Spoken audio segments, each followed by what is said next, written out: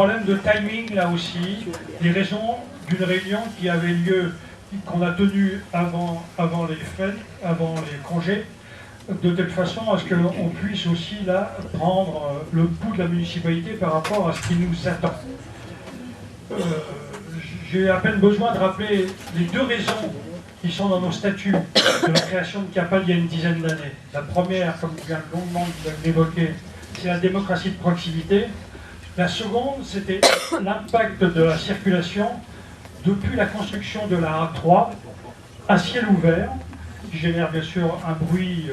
direct sur les habitations voisines, mais aussi qui déverse son lot de voitures, de tous ces gens qui ne restent pas sur l'autoroute et qui ne trouvent pas à sortir éventuellement à Brondy-Nord et qui sortent au carrefour de la Négresse et qui ont fini au fil du temps par transformer beaucoup de nos routes communales en routes départementales.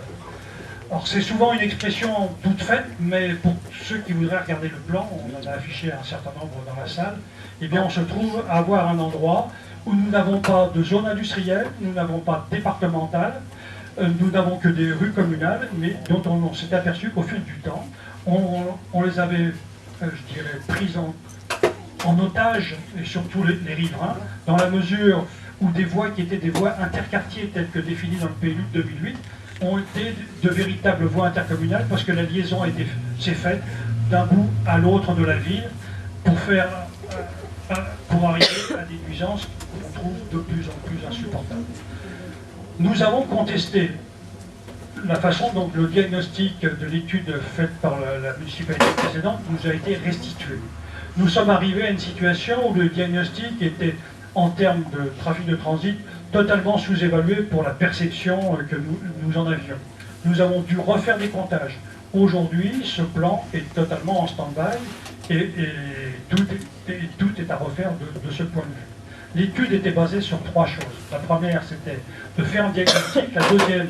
d'établir un cahier des charges en fonction, bien sûr, du diagnostic, tant qu'elle se peut, et de laisser peut-être, parce qu'on n'a pas tout à fait l'expertise, les solutions de la mise en place du cahier des charges aux techniciens, à condition quand même qu'ils nous écoutent.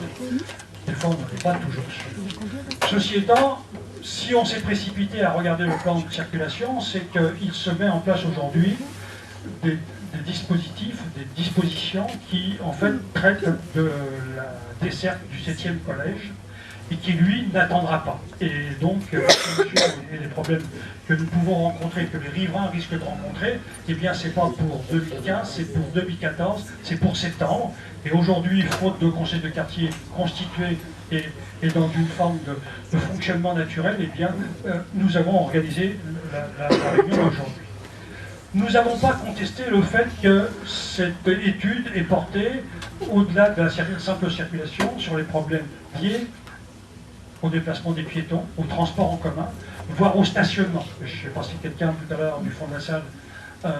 aura envie d'intervenir sur les problèmes de stationnement, mais toutes ces choses-là sont extrêmement liées. Il y va du fait d'être bien sûr piéton, cycliste, et puis bien sûr automobiliste local d'en faire ce coup. On a constaté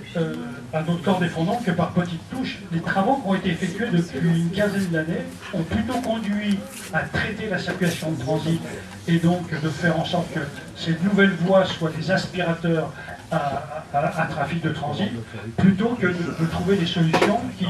tentent de dissuader la traversée de notre ville en faisant en sorte que les entrées de ville, eh bien, les gens y rentrent pour travailler, en sortent pour aller bosser, mais pour ceux qui ne font que transiter parce qu'ils quittent une nationale ou une départementale parce qu'ils vont gagner 2 ou 3 feux rouges, eh bien, de notre point de vue, c'est relativement inacceptable. Ces voies de contournement de notre ville, comme indiqué dans le PU de 2008, elles doivent donner toute satisfaction, et ça, c'est forcément quelque chose à traiter avec les villes voisines, c'est ce que nous disions tout à l'heure. Donc, le fait de canaliser le trafic de transit et de l'accepter, pour nous, bien sûr, de ce point de vue, c'est totalement inacceptable. Et nous serons toujours des opposants à la situation qui a été créée et qui ne cesse, à la limite, d'empirer. Et pour la petite histoire,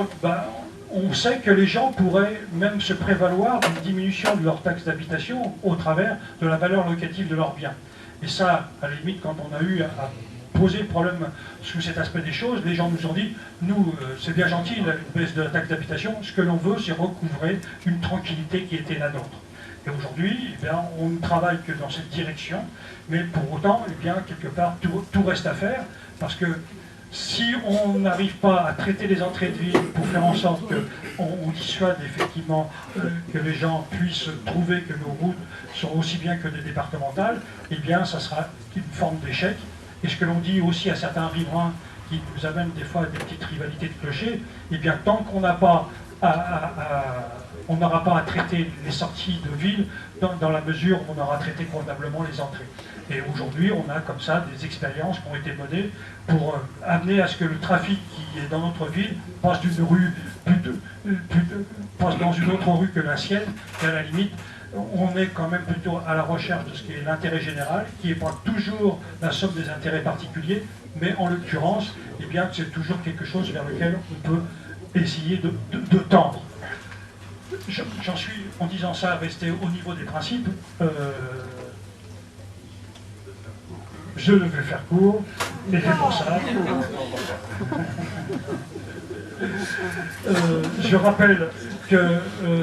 nous avons de présents avec qui nous avons déjà beaucoup travaillé et qui connaît un peu nos questions, Mathieu Tellier qui est ici présent et qui sait effectivement, pour faire court, que